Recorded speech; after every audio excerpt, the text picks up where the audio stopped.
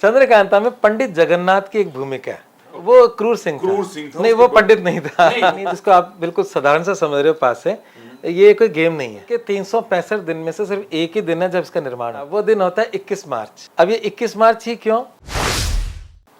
आपने महाभारत देखी होगी। महाभारत में वो तो ऐसे करता था, क्या नाम है, शकुनी मामा ऐसे करता था ना। ये वो नहीं है शायद, ये एक पद्धति है रमल,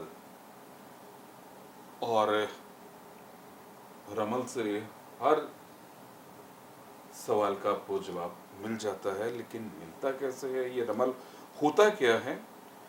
मेरे साथ हैं आचार्य अनुपम जोली, जो एस्ट्रोलॉजर है और रमल के बहुत बड़े ज्ञाता हैं।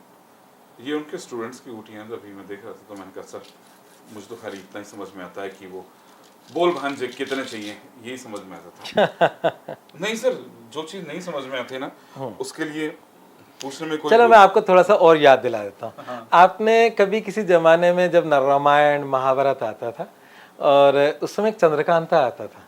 हाँ, ये पिताजी वाला सर, वो ऐसे खेलते थे। चंद्रकांता में पंडित जगन्नाथ की एक भूमिका है। Okay. वो अपने राजा शिवदत्त को हर जवाब पासों से देते थे, पासे डालते थे और एक कैलकुलेशन करते थे और जवाब देते थे। वो वही रमल विद्या है जिसकी आप बात करना चाह रहे हैं। चंद्रकांता संतति के एपिसोड बहुत आए थे, उसमें एक बहुत बड़ा मूछ वाला था जिसकी पंडित जगन्नाथ। नहीं, एक मूछ वाला भी था, वो क्रूर सिंह था। नहीं, वो पंडित नहीं था। नहीं, वो क्रूर सिंह ध्यान है सर खाली उसमें चंद्रकांता संतति में हाँ। पंडित जी तो थे ही थे, लेकिन जितने भी जिन लोगों ने देखा है ना उसको क्रूर सिंह सर हम सबको याद है। क्रूर सिंह हम सबको याद है। बिल्कुल बिल्कुल बिल्कुल। तो आचार्य जी रमल की ज्ञाता हैं और मैंने उनसे पूछा कि ये होता क्या है, तो उन्होंने कहा कि चलिए आपको आज चैनल पे बताते हैं। मेरे रिक्वेस्ट पे मैंने कहा बता दो सर, कि आप तो करते हैं। सर ये है क्या? ये एक चमत्कारिक चीज़ है और बहुत ही चमत्कारिक है। और ये इतना आसान नहीं है जिसको आप बिल्कुल साधारण सा समझ रहे हो पास से। ये कोई गेम नहीं है, परंतु महादेव ने इसे खेल खेल में स्थापित कर दिया। कैसे कर दिया बताता हूँ। अच्छा, पहले तो ये शंकर भगवान के साथ जुड़ा बिल्कुल, पर ये साधारण क्यों नहीं है ये बता देता हूँ। पहले तो साल के 365 दिन में से सिर्फ एक ही दिन है जब इसका निर्माण होता है। ये फिक्स है। वो है, आदमी इसको हर कभी नहीं बना सकता। नहीं नहीं नहीं नहीं नहीं नहीं मैं क्या होता है सर वो दिन? हाँ, वो दिन होता है 21 मार्च। अब ये 21 मार्च ही क्यों? देखो, आपको ये तो पता है कि पृथ्वी अपने अक्ष पर घूमती है तो दिन रात बनता है। जब पृथ्वी सूर्य के चारों तरफ चक्कर लगाती है तो 365 से एक बढ़ते 4 दिन, मतलब आपका एक साल बनता है। ऋतुएं बनती हैं। तो सालाना चक्कर से ऋतुएं और दैनिक घूमने से दिन रात बनते हैं।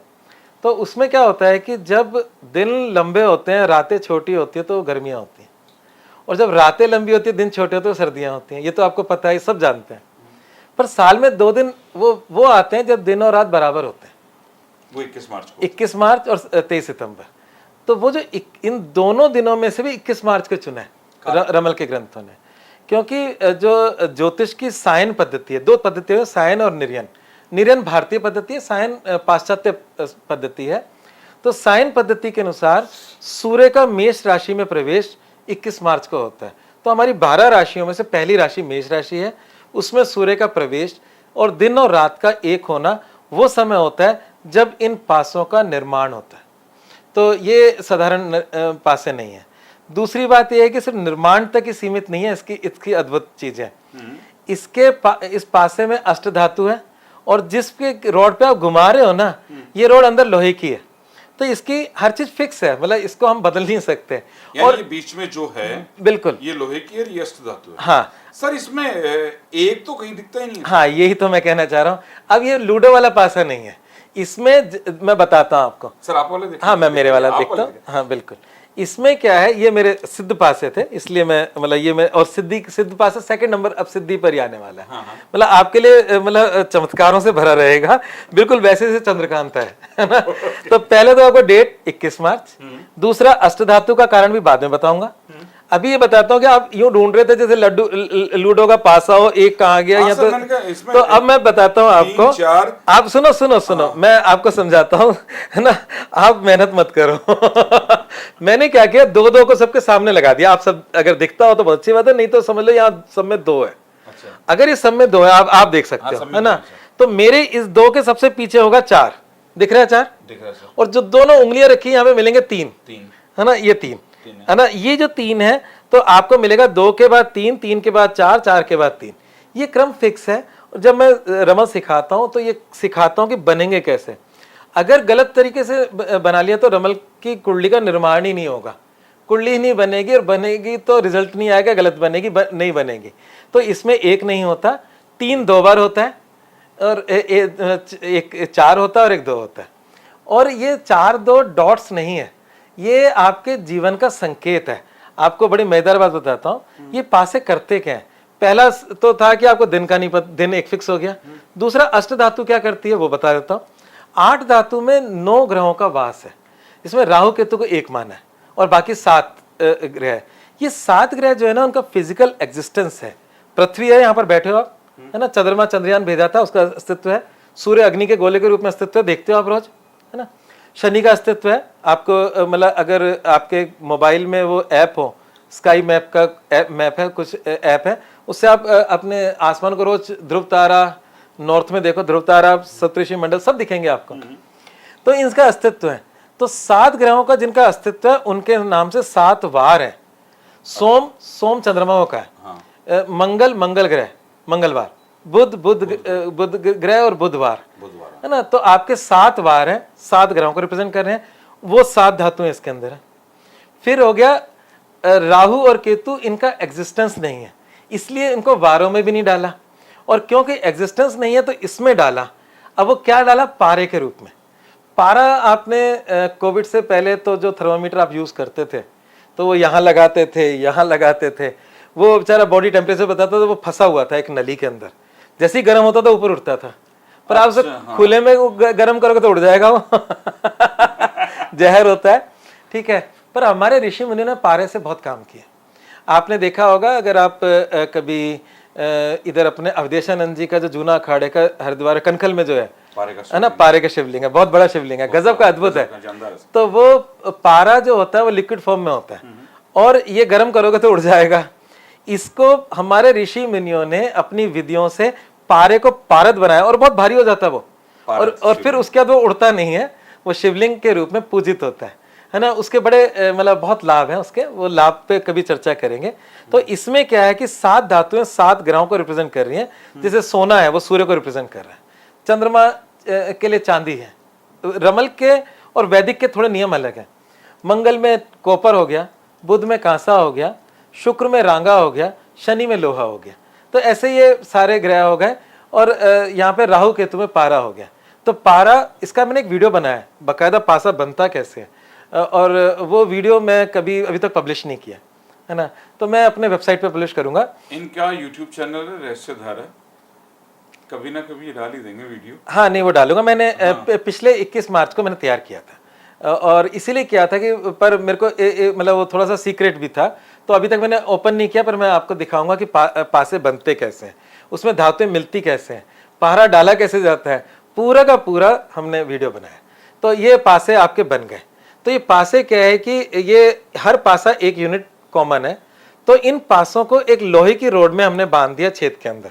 तो अब आपको बताऊं, इसको हम पासा नहीं कहते, पाशक कहते हैं। पाशक मतलब पाशक है, पाशक है, क्योंकि ये 4 पासे बंधे हुए हैं एक रॉड के अंदर। यानी तो कंप्लीट हो गया। हाँ, कंप्लीट हो गया, ये पाशक है। इन 2 पाशकों से आप मतलब पेयर ऑफ पाशक, इससे आप रमल करते हो, रमल के प्रश्नों के उत्तर देते हो। तो आपको एक तो ये बात आ गई। अब इसकी अगली कहानी ये है कि आपने कहा कि शकुनी, और शकुनी ने पासों को सिद्ध कर रखा था, वो अपने द्यूत क्रीड़ा को अपने हिसाब से चला सकता था, तभी तो 14 उनको वनवास मिला पांडवों को, है ना, वो सब कुछ हारते चले गए। तो यहां पर भविष्य बताने के लिए इन पासों को भी सिद्ध किया जाता है, और सिद्ध कोई साधारण मंत्र नहीं है, इसका बहुत असाधारण मंत्र है। इसमें जितने भी हमारे तंत्र शास्त्र में जितनी भी पूजा पाठ है, उसमें एक ऋषि होते हैं, मतलब हर पूजा में, जैसे आज दुर्गा सप्तशती की हम बात करते हैं तो उसमें मार्कंडेय ऋषि हैं, वो मुख्य हैं, उन्होंने उसकी रचना की। तो ऋषि का भी ध्यान न्यास होता है, उनका आशीर्वाद होता है तो ही आप उसकी पूर्णता कर पाते हो।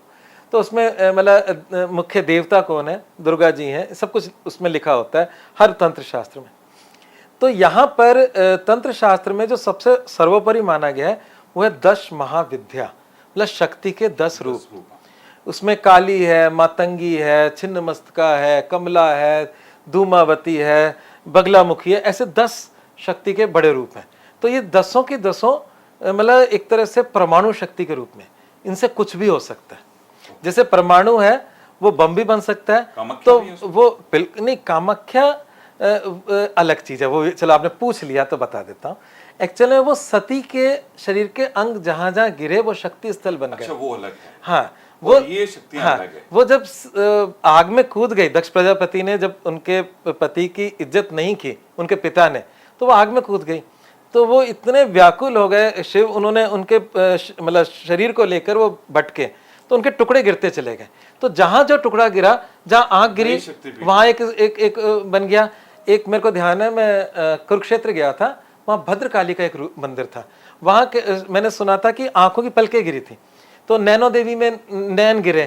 तो ऐसे ही उनका अपने जोबनेर में घुटना गिरा, हाँ, ज्वाला देवी है। हाँ बिल्कुल। तो जो आपका कामाख्या है वहां उनका योनि गिरे थे, तो इसलिए उसी तंत्र में उसको बड़ा सर्वोपरि माना गया।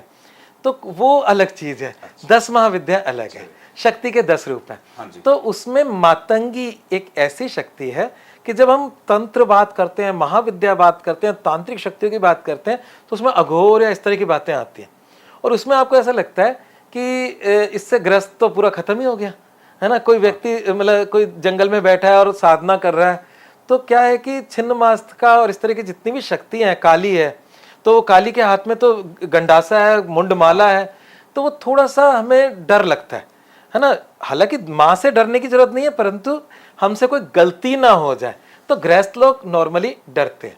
और इसलिए गृहस्थों के लिए मातंगी देवी एक ऐसी देवी है जो गृहस्थों को आशीर्वाद देते हैं, अच्छे वैवाहिक जीवन का आशीर्वाद देती है। तो इन पासों की विद्या के अंदर किसी प्रकार का कोई रिस्क नहीं है, इसमें मातंगी देवी की शक्ति है इसकी सिद्धि में। और ये एक ऐसा मंत्र है जो तंत्र ग्रंथों से थोड़ा सा अलग है इसका। और उस मंत्र में 2 देवियां आती हैं, आप हैरान हो जाओगे। आज चलो तीनों प्रकार के जिक्र आ गए, आपने कामाख्या का जिक्र करके एक अलग मतलब स्टोरी बता दी लोगों को कि शक्तिपीठों की आ गई, 10 महाविद्या की अलग चीज हो गई। अब मैं तीसरा और रूप दे रहा हूं, वो है आपके नवरात्रों की 9 देवियां, है ना। ब्रह्मचारिणी, शैलपुत्री, ब्रह्मचारिणी, चंद्रघंटा, लास्ट में सिद्धिदात्री। तो ये 9 देवियां आपके नवरात्रों की हैं, और वो प्रत्येक दिन पे उनका गवर्न है। तो ये एक्चुअल में लास्ट में सिद्धिदात्री हैं, तो ये आपकी उन्नति और सिद्धि प्राप्ति की हैं। तो उसमें क्या होता है, आप जब आपने चैनल खोला तो आप में ऊर्जा थी और कुछ करने की। तो आदमी क्या होता है, कोई भी नया बिजनेस शुरू करता है तो बहुत ऊर्जा से के साथ करता है, मिड में जाके वो डाउन हो जाता है, और फिर उसका कहीं ना कहीं अगर वो ऊर्जा मिड में रहे तो वो उस सिद्धि को प्राप्त कर लेता है किसी भी विधा में। मैंने तो एक चैनल का एग्जांपल ले लिया, तो जो सैचुरेशन आ जाता है जैसे। तो ये जो 9 देवियां हैं, 9 देवियों में जो चौथे नंबर पे देवी आती है वो लगभग मध्य की होती है। मध्य की क्यों होती है, कुछ लोग अष्टमी पूछते हैं, कुछ लोग नवमी पूछते हैं। तो अगर अष्टमी देखें तो चौथी देवी हो गई, तो या नवमी भी पूजें तो चौथी ऑलमोस्ट मिड की हो गई, वो है कुष्मांडा। तो इस मंत्र में कुष्मांडा देवी और मातंगनी देवी दोनों का जिक्र है। मातंगनी की शक्ति है और कुष्मांडा का पुशअप है, जिसे पहले के जमाने में केमिस्ट्री के अंदर बोलते हैं कि उसको बोलते हैं जो क्रिया की प्रतिक्रिया बढ़ा देते हैं, उसे बोलते हैं एजेंट, या हिंदी में बोलते हैं उत्प्रेरक, है ना। तो वहां 2 देवियों की शक्ति जो नवरात्रों की और महाविद्या की है, वो इनको सिद्धि प्रदान करती है, और सिद्धि में एक तरह से वाणी सिद्धि हो जाती है, मुंह से निकली बातें सत्य होने लगती हैं। ये इतना चमत्कारिक है। तो अब बताओ पासों से आगे कहाँ बढ़ना है, ये पासों की कहानी थी। सर ये आए कैसे सर, पृथ्वी पर कैसे आए? क्योंकि जैसे वेद आए, हाँ, है ना, उसके बाद उपनिषद आए, ये चीजें सर आई कैसे सर? ये पास बेसिकली आपने कहा कि शक्तियां है माँ की, लेकिन सर इनको लाने वाला बहुत अच्छा। देखिए संसार में प्राचीनतम अगर कोई शास्त्र रहा होगा तो उसमें रमल शास्त्र भी एक रहा होगा। अच्छा, ये रमल शास्त्र जो है इसमें थोड़ा सा मिक्सिंग हुआ है, थोड़ा सा बताता हूँ। मुगल काल में थोड़ी सी मिक्सिंग हुई। रमल शब्द अरबी के अंदर रेत को कहते हैं, ठीक है, वो उस कहानी पे बाद में जाएंगे। पहले तो आपने पूछा आया कहाँ से, तो मैं आपको हैरान कर देगा, मैंने मेरी पुस्तक के अंदर इसका इतिहास लिखा जो शायद किसी रमल ग्रंथ में नहीं लिखा होगा। मेरी रमल ज्ञान पुस्तक है, ध्यान नहीं रहा, आज आपके सामने उसको प्रदर्शित भी करता रख सकता था। मैंने हिंदी और इंग्लिश दोनों में किताब लिखी है इस पर, और देश विदेश के बहुत छात्रों को पढ़ाया है। अगर हो सकेगा तो मैं आपको कुछ चित्र भी दे दूंगा, आप इसमें शेयर भी कर सकते हैं। तो यहाँ पर जो रमल के इतिहास को मैंने खोजा, और कहते हैं जिन खोजा तिन पाइयां गहरे पानी पैठ, मैं घुसता चला गया और चीजें मिलती चली गई, और ऐसे ऐसी जगहों से मिली आप सोच नहीं सकते। एक मैं कोई मराठी ग्रंथ देख रहा था जिसका हिंदी अनुवाद था, कोई शिवखंडी नाम के व्यक्ति ने किया था, तो मैंने उसमें देखा उसके सिर्फ और सिर्फ उसके मतलब प्रीफेस में कुछ रमल का ऐसा जिक्र था जो कि वो किताब रमल की नहीं थी, वो वैदिक ज्योतिष की थी। तो ऐसे करते करते इतनी चीज़ें मिली, और जब मेरे फेसबुक पे या सोशल मीडिया पे कुछ आया तो किसी ने मुझे बताया, हालांकि उस पर रिसर्च नहीं की, उन्होंने कहा तुलसीदास जी का एक मानस के हंस कुछ है उनका रचना है, उसमें भी कहीं रमल का जिक्र आता है। वो मैंने देखा नहीं है इसलिए मैं उसको एंडोर्स नहीं कर सकता। तो सबसे पहली कभी विद्या रही होगी, क्यों? क्योंकि इसके अंदर आप को कुछ भी नहीं चाहिए, कोई गणना नहीं चाहिए, ये संकेत विद्या है। इसमें अगर आप बैठे हो, आपके पास कोई पेन कागज नहीं है, क्योंकि पेन कागज की खोज बाद में हुई रही होगी। पुराने जमाने में तो लकड़ी को ही काट के कलम बनाया होगा, और जो प्राकृतिक जो इंक होगी, जैसे चुकंदर है उसका रंग है उसमें, ऐसी किसी इंक को केसर है उसका एक रंग है, तो अष्टगंध जैसे हम पूजा में लेते हैं, तो इस प्रकार की कोई गंध होगी या कोई मतलब इंक बनी होगी, उससे उन्होंने भोजपत्र, ताड़पत्र ऐसे कुछ लिखा होगा। तो आज के जमाने की तरह चीजें नहीं होगी। पर रमल के अंदर खास बात यह है कि आपको कुछ नहीं करना, मिट्टी पे बैठे हो और आप मुझसे प्रश्न कर रहे हो, और मैं अपनी उंगली से मिट्टी पे डिजाइन बनाऊंगा और उत्तर दे दूंगा, इतना सरल है। तो रमल विद्या की जो पहली एक कहानी आती है कि शिव जी और पार्वती जी मौज मस्ती में, रमन शब्द होता है मौज मस्ती का, तो दोनों मतलब मौज मस्ती कर रहे थे, और पार्वती जी अंतर्ध्यान हो जाती है, और जब शिव जी उनको ढूंढ रहे होते हैं और बहुत व्याकुल हो जाते हैं, कहाँ गई पार्वती। तो उनकी व्याकुलता देखकर उनके मानस पुत्र भैरव, आप कहोगे उनके पुत्र तो नहीं है, मानस शब्द डाला है मैंने, है ना, मानस पुत्र, तो वो भैरव उनके सामने प्रकट होते हैं। उनके दुविधा देखकर वो उस मिट्टी के अंदर अपनी 4 उंगलियों से 4 बिंदु बनाते हैं, और उसके आगे 4 बिंदु बनाते हैं। ये अभी आप जो देख रहे हैं बिंदु है ठीक है ना। अच्छा, इसमें एक बिंदु नहीं है, ये 4 हाँ, इसमें इसकी गणित उसी से चलती है। आपको सिखाएंगे आपको। ये 4 बिंदु और 4 बिंदु, तो जब हम उंगलियों को ऐसे मिट्टी में गाड़ेंगे तो 4 बिंदु बन जाएंगे, इसके पैरेलल गाड़ेंगे तो 4 बिंदु बन जाएंगे। तो उन्होंने कहा कि इसमें आप भगवती को खोजें, तो भगवान शिव उसका आशय समझे, और उन्होंने तुरंत सप्तलोक में तारा सुंदरी के रूप में भगवती को खोज लिया। मतलब उससे आंसर मिल गया उनको भैरव की इस क्रिया से, मतलब ये जो उन्होंने उनको हिंट दिया। तो यहाँ पर क्या है कि प्रकृति आपको संकेत देती है, उन संकेतों से आपको उत्तर पढ़ने की कला आनी चाहिए। तो ये कहते हैं कि इसके आगे की भी कथा सुनाते हैं। तो एक बार पार्वती जी ने कहा जो मृत्यु लोक है जिसमें हम रहते हैं, सब मरते हैं, मतलब इस पृथ्वी लोक को मृत्यु लोक कहा है। तो उन्होंने कहा मृत्यु लोक में लोग बहुत परेशान रहते हैं, दुखी रहते हैं, अगर उनको थोड़ा सा गाइडेंस मिल जाए भविष्य की तो वो अपने जीवन को और अच्छा बना सकते हैं। तो ऐसा कोई शास्त्र बताओ जिससे लोग अपनी सरल हो, सुगम हो और हर कोई कर सके, जिसलिए विशेष तामझाम की जरूरत ना हो कि अपन कुंडली के ग्रह कहाँ हैं, किधर हैं, आज ग्रह कहाँ है, कुंडली में कहाँ है, दशा क्या है, इतना सारा अनुसंधान ना करना पड़े और व्यक्ति अपने प्रश्नों का उत्तर पा ले। तो अब मतलब शिव जी ने पार्वती जी को ये ज्ञान दिया, पार्वती जी ने उसे लिपिबद्ध किया। लिपिबद्ध करने के बाद एक कालांतर में एक गरीब ब्राह्मण का मतलब जिसके पास खाने की व्यवस्था नहीं है, और वो अपने जीवन के उस गरीबी से दुखी होकर उसने शिव जी की उपासना की और बहुत कड़ी उपासना की। उसकी उपासना को देख के शिव और पार्वती दोनों को कुछ मतलब लगा कि इसकी कोई हेल्प करनी चाहिए। तो शिव जी जाते उससे पहले पार्वती जी पहुंच गए उनके पास, कहते तू क्या चाहता है। तो उसने कहा कि मेरे को तो सबसे पहले भोजन चाहिए, मेरे कल की व्यवस्था चाहिए, मतलब मेरा जीवन यापन की व्यवस्था कर दो, तो फिर मैं आगे की जिंदगी कुछ और भी सोचूं जिंदगी के अंदर। तो मेरी साधना आपको तो प्राप्त करने की है, पर तो जीवन जीना भी जरूरी है तो कहते हैं माता पार्वती ने वो जो हस्तलिखित ग्रंथ था उसको दे दिया, उन्होंने कहा ये तुम्हारी जीविका आजीविका बनेगी। और कहते हैं कि जो आपने कहाँ से शुरू हुआ, तो पृथ्वी लोक पर सर्वप्रथम रमल आया और सब जगह फैल गया। तो इस प्रकार की ऐसी अनेकों कहानियां। तो इसमें आप हैरान होंगे, ये रमल ग्रीक में भी इसको कुछ और नाम से पहचाना जाता है। तो भारत में किसी मतलब रमल, इसे रमणक विद्या कहा जाता था। रमणक विद्या को बोला जाता था क्योंकि रमन तो मौज मस्ती होता है, रमणक खिलौने को बोलते हैं, और आपने सीधा इसके लूडो से जोड़ दिया। नहीं सर, मैं तो एक साउथ इंडियन मूवी आई थी, वो पूछता है अपने गुरु माता को, बता तो फेंकती है सर, फिर कहती है अरे वो फिल्म मुझे बताइएगा, नाम बताइएगा, क्योंकि मेरा ये विद्या है मेरी। हाँ जी सर, वो लेडी बताती है कि तेरे साथ अब तू मत कर पंगा, वो तेरे को मार देगा, तू चुपचाप रह। तो वैसे देख के बोलती है, फिर वो सर वो तो स्टाइल। एक ना बॉम्बे से एक मतलब सन्यासी मुझसे ज्योतिष सीखने, ये रमल सीखने आए।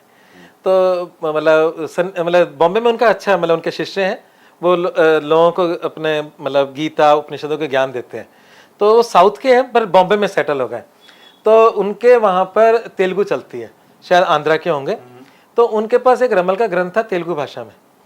तो वो मेरे पास आए, कहते मुझे रमल सीखना है। मैंने उनको यह रमल पर्सनली सिखाया। साउथ में मैंने बहुत लोगों को सिखाया। तो जब उनको सिखाया और वो अपने वापस मुंबई गए, तो उन्होंने अपने ग्रंथ को उठाया जो उनको तेलुगु भाषा में था, और जब उन्होंने पढ़ा तो उनको हर चीज़ समझ में आ गई। पहले कुछ समझ नहीं आ रहा था, तो उन्होंने बोला जो आपने पढ़ाया वही सब उसमें लिखा हुआ था। बस वो सरलीकृत हो गया। अब तो सर ये काम कैसे होता है? जैसे मान लीजिए मैं आपसे सवाल पूछता हूँ, हाँ कुछ भी, कोई भी, मान लीजिए सर मैं अपने चैनल के लिए बिल्कुल बिल्कुल सर मैं क्या करता हूँ कि जैसे कोई सोचता हूँ कि ये वीडियो बहुत अच्छा चलेगा, और सर वो चल नहीं पाता। मैं मेहनत बहुत करता हूँ सर, और जिसमें मेहनत नहीं करता ना सर, वो भागता है। 2-3 बातें हैं, रमल से भी लेते हैं और रमल कैसे उत्तर देगा वही बताते हैं। पहली चीज़ तो ये है कि कुछ हमारा कर्म के साथ भाग्य तो होता है, तो आप मानते होंगे, है ना, कर्म भाग्य दोनों साथ साथ हैं। दूसरा मुहूर्त भी बहुत इंपॉर्टेंट है। तो अगर आप अपनी मतलब रिकॉर्डिंग से पहले मुहूर्त को देख लें, और उसको अपलोड करते वक्त मुहूर्त देख लें, और उसको फिर मतलब पब्लिक करते हुए मुहूर्त देख लें, तो आपको उसका फ़ायदा मिल सकता है, ऐसा मुझे लगता है। फिर भी मैं कुछ टोटके आपको जरूर दूंगा। अच्छा, पर इसके अंदर कैसे पता चलेगा? इसमें आपका प्रश्न होगा, क्या मेरा ये वीडियो वायरल होगा? सर ये मेरा वीडियो वायरल होगा क्या? जो आप अब शूट कर रहे हैं। तो इसमें मैं आप मतलब ये इस क्लास के मतलब इस प्रोग्राम के बाद आप बाकायदा, मैं हाथ में पासे रखूंगा मेरे अभिमंत्रित, आप इस पे हाथ रखेंगे, बाकायदा इस पासे पे आप हाथ रखेंगे, और आप कहेंगे ये जो मैंने शूट कर रहा हूँ क्या ये मतलब सफल होगा? सफल का मतलब आपको उसका परिणाम मिलेगा, आपका चैनल ग्रो करेगा, दुनिया तक पहुंचेगा। आपने ये मुझसे प्रश्न किया, प्रश्न करने के उपरांत मैं इसको इस तरीके से करूंगा, और ये क्यों करूंगा ये भी बता देता हूँ, ये सीक्रेट दे देता हूँ। ये करने की जरूरत क्या है मुझे? इसमें मैं एक स्पेशल डिज़ाइन बनाता हूँ, और वो डिज़ाइन बनाकर अपने हाथ में रखता हूँ। ये बिल्कुल उस ताश की तरह है जिसको आप फेंटते हो।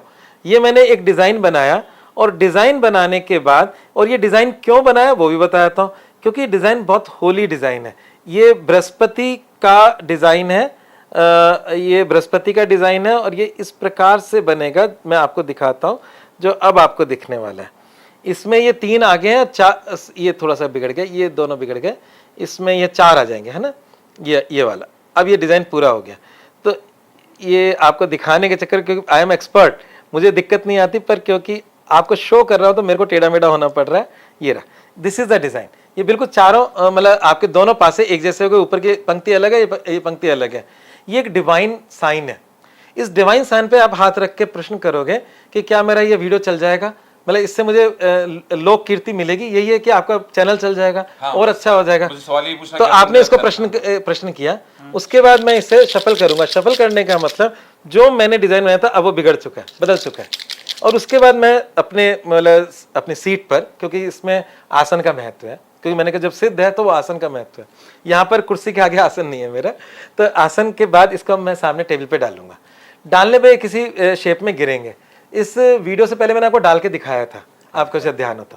तो डालने के बाद जब वो गिरेंगे तो उसके बाद मेरी एक छोटी सी कैलकुलेशन होगी, 2 मिनट से कम समय में मैं आपको उत्तर दे दूंगा।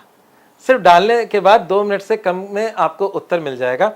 वो उत्तर क्या होगा पहले उसका विज्ञान समझाते हैं। देखिए, प्रकृति हमें निरंतर संकेत देती है, उस संकेत को पकड़ना आना चाहिए। तो जो लोग मतलब साधारण इंसान का मतलब सभी असाधारण है, साधारण कोई नहीं होता संसार में। हमारे करोड़ों जन्म हुए, करोड़ों जन्म में करोड़ों काम किए हमने, परंतु इस जन्म में हमारी भूमिका अलग अलग है। कोई मैथमेटिक्स अच्छी कर सकता है तो कोई खेल अच्छा खेल सकता है, कोई हमारी तरह ज्योतिष अच्छा कर सकता है तो कोई आपकी तरह वीडियो अच्छा बना सकता है। आप मेरी बात समझ रहे हैं? आपको एक और बता दूं हाँ कि आचार्य जी 28 साल से ज्योतिष पढ़ा रहे हैं, एक बहुत अच्छे टीचर। हाँ, कोई अच्छा पढ़ा भी सकता है कोई अच्छा पढ़ा भी सकता है। तो कहने का मतलब है कि हमारे अपने अपने कार्य हैं। तो जो लोग ज्योतिष का कार्य करने लग जाते हैं, जिनके मतलब कुंडली में ज्योतिष कार्य लिखा होता है, तो उनके साथ कुछ और चीजें भी चलती हैं। वो सेंसिटिव होते हैं, संकेतों को पकड़ने की कला जानते हैं, परंतु कभी कभी वो गलत हो जाता है। मैं छोटा सा एग्जाम्पल देती हूँ, आपको सबको बड़ा आनंद आएगा। मेरे एग्जाम्पल जरूर सुनिएगा, अगर आप अनिल जी का वीडियो देख रहे हैं, अब अभी तक देख लिया था, एग्जाम्पल से आपका भी कुछ माइंड क्लियर होगा। एक ऐसा एग्जाम्पल दे रहा हूँ, और ये एग्जाम्पल कृष्णामूर्ति का अगर नाम सुनाओ, साउथ के एक बहुत बड़े ज्योतिषी हुए, 1972 में एक्सपायर हो गए थे। उन्होंने अपनी किताबें लिखी हैं, रीडर 1, रीडर 2, रीडर 3, रीडर 4, ऐसे 2 रीडर में तो सिर्फ गणित ही गणित है। फिर फलित शुरू हुआ। तो वो खुद बहुत पूजा पाठी व्यक्ति थे, परंतु गणित में विश्वास रखते थे। तो बड़ा प्यारा किस्सा है। और क्योंकि उस जमाने का जब 72 में तो एक्सपायर होगा, तो किताब कब लिखोगी? 60 के दशक में लिखी होगी। तो 60 के दशक में तो मोबाइल वोबाइल कुछ भी नहीं था, कंप्यूटर वगैरह ज़्यादा कुछ नहीं था। तो उस समय की एक कथा है, उन्होंने बोली कि एक पंडित जी स्टूडेंट्स को पढ़ा रहे थे, और पढ़ा रहे थे तो वो यही ज्योतिष और यही संकेत शास्त्र समझा रहे होंगे। तो तभी क्या हुआ, एक आदमी कमरे में प्रवेश करता है, और प्रवेश करता है तो कहता है सब ये पढ़ाई वढ़ाई छोड़ो, बाद में पढ़ाना, मैं इस समय बहुत तनाव में हूँ, मेरा हल कर दो आप। तो क्योंकि वो पंडित जी फेमस थे, तो उसकी पढ़ाई रुकवा कर, क्लास की रुकवा कर, वो कहता मेरा हल कर दो, मेरा पत्नी से हो गया झगड़ा, और पत्नी गुस्से में निकल गई घर से। अब मैंने इसीलिए बोला कि उस समय मोबाइल वगैरह नहीं थे। अगर आज के डेट में मोबाइल भी होता तो लोग वो बंद कर देते हैं, स्विच ऑफ कर दिया, सिम निकाल के फेंक देते हैं, या ब्लॉक कर दिया। तो पत्नी गुस्से में घर से निकल गई है, और मैं इतना तनाव में हूँ, वो कहाँ है, किधर है, वापस आएगी, लौटेगी, कहाँ गई है, कुछ नहीं बताया, कि गुस्से में गई है। तो मैं भी चिंतित हूँ। सीधी सी बात है, एक पति है तो चिंतित हो गई। तो कह रहा कृपया मेरा पहले समाधान कर दो, बाद में आप कुछ भी पढ़ाना करना। तो अभी जब वो अपनी समस्या बता ही रहा था, तो पंडित जी की पत्नी भी क्लासरूम में आ गई, कहती आज खाना नहीं मिलेगा। पहले मेरी समस्या का समाधान करो। बोले पंडित जी, बोले क्या बात हो गई? तो बोले कि मैं कुएं में से पानी निकाल रही थी, तो जैसी बाल्टी भरी कुएं से, तो जब मैं आधे में थी, रस्सी से निकाल रही थी, आधे में रस्सी टूट गई। बाल्टी जाके सीधा कुएं में गिरी। तो अब पानी की व्यवस्था है नहीं, भोजन पानी सब पानी से होना है, कुएं के पानी से। तो कुएं का ही जमाना था। तो उन्होंने कहा पहले समस्या का समाधान मेरा करो, ये क्लास व्लास सब बाद में हो गई। तो पंडित जी मुस्कुराए। उन्होंने अपने स्टूडेंट्स का बताओ इसकी पत्नी वापस आएगी कि नहीं आएगी? तो क्लास ने एक ही स्वर में कहा साहब हमें तलाक लग रहा है, क्योंकि रस्सी रस्सी टूट गई है, जो हमें संकेत मिला है, तो इसमें तलाक दिख रहा है। तो क्लास का एक स्टूडेंट था, उसने कहा मेरा वर्जन बाकियों से अलग है। तो उसने कहा क्या आपका क्या वर्जन है, मैं तुमसे जानना चाहता हूँ, टीचर ने कहा। तो उसने उस व्यक्ति को कहा तुम अब घर जाओ, तुम्हारी पत्नी घर पे बैठी मिलेगी। मतलब जिस गुस्से और जिस वेग से आपकी पत्नी घर से गई थी ना, उसी वेग से वापस भी घर आ गई है, और वो घर पर ही मिलेगी। तो उसने कहा क्या डिकोड किया तूने? तो उसने कहा कि पानी से पानी अलग हो रहा था, पर आधे रास्ते में वापस जाकर पानी से पानी मिल गया। तो कहने का मतलब ये कि प्रकृति तो संकेत दे रही है, पर आप उसको डिकोड क्या करते हो? कई बार हम गलत करते हैं, कभी सही करते हैं। तो उसमें रमल में ये कठिनाई नहीं है। रमल में डॉट्स आते हैं, डॉट्स की एक कैलकुलेशन है, संकेत तो ईश्वर ही देता है इसके अंदर, है ना, और सिद्ध पासे हैं। उन संकेतों को डिकोड हम करते हैं कैलकुलेशन से।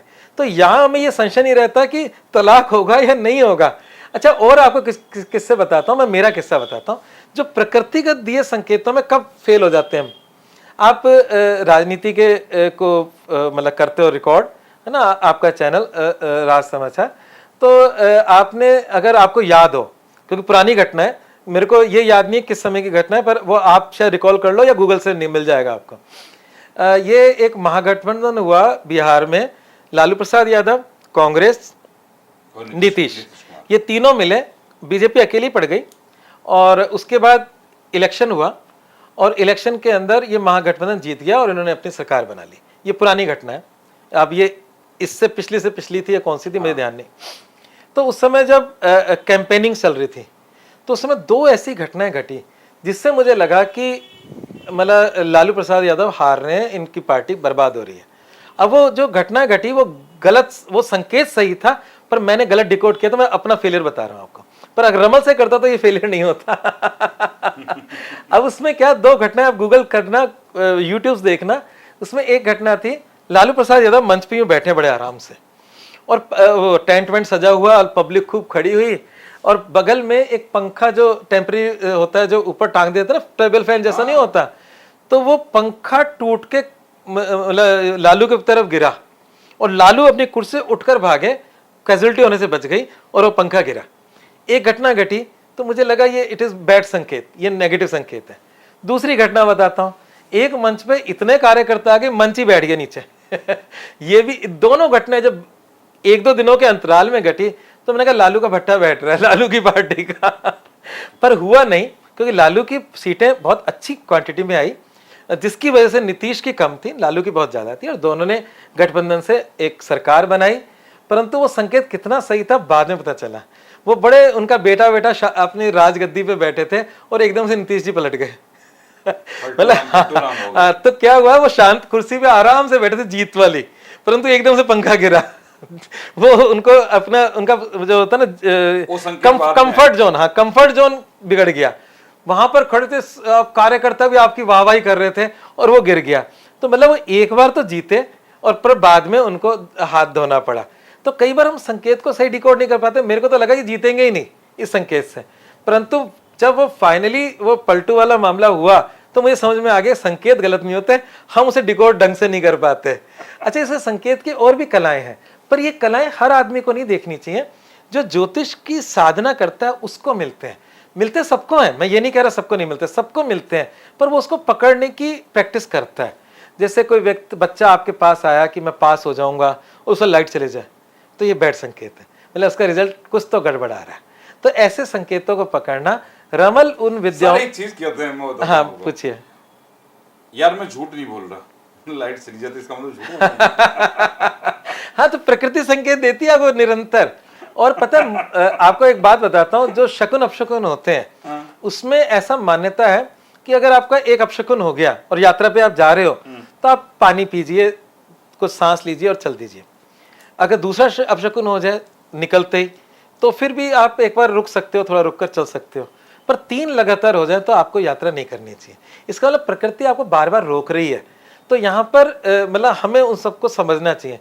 रमल उसकी एक कैलकुलेटेड विधि है जिसमें आपको संशय नहीं होता, और संशय नहीं होता, आप उत्तर देते हो इन डॉट्स के बहाने। चलिए, तो इनसे अभी एपिसोड पूरा हो जाए, अभी बस समाप्त कर रहा हूँ। उसके बाद मैं तो पूछूंगा सवाल। मैं तो देख रहा था कि एक पास ही होता है।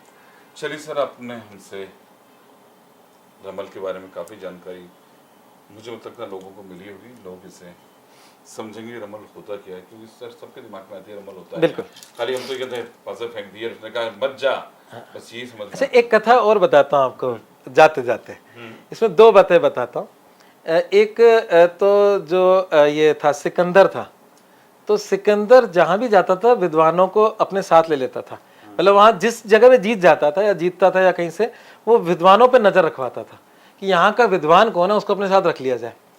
तो ऐसे बोलते हैं कि उसको एक ईरानी रमलज्ञ मिला था जिसका नाम था सुरखाव, और वो हाँ अपने साथ रखता था और अपनी युद्ध की भविष्यवाणियां उससे लिया करता था।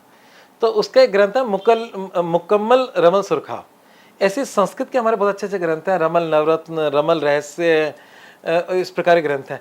एक ग्रंथ है बीरबल का लिखा हुआ, उर्दू का ग्रंथ है, रमल गुलजार, और अकबर बीरबल और उस बीरबल के ग्रंथ के अंदर जितनी भी रेमेडीज हैं वो मतलब इसमें दुर्गा जी हो गई, हनुमान जी हो गए, शिव जी हो गए, तो वो है हिंदू वाला, पर ठीक है उस समय उर्दू चलती होगी। तो उर्दू तो आज की मतलब हमारे कोर्ट की लैंग्वेज में भी चलती है, जैसे मतलब आपका मतलब आपका केस खारिज हो गया, खारिज हो दाखिल हो गया, साबित हो गया, सब उर्दू लैंग्वेज है। तो हमारे रमल में भी कुछ शब्द उर्दू के इस तरह के आते हैं, क्योंकि थोड़ा सा इसमें मैंने कहा था मिक्सिंग हो गई थी। तो पर बड़ी मतलब रमल एक बहुत चमत्कारिक एक साइंटिफिक विधि है। साइंटिफिक इसलिए बोल रहा हूँ कि हमारे जो रहस्य जगत है उसका साइंस है इसके अंदर, और उसके चमत्कार मिलते हैं उससे। चलिए सर, आपने रमल के बारे में बहुत अच्छे से जानकारी दी।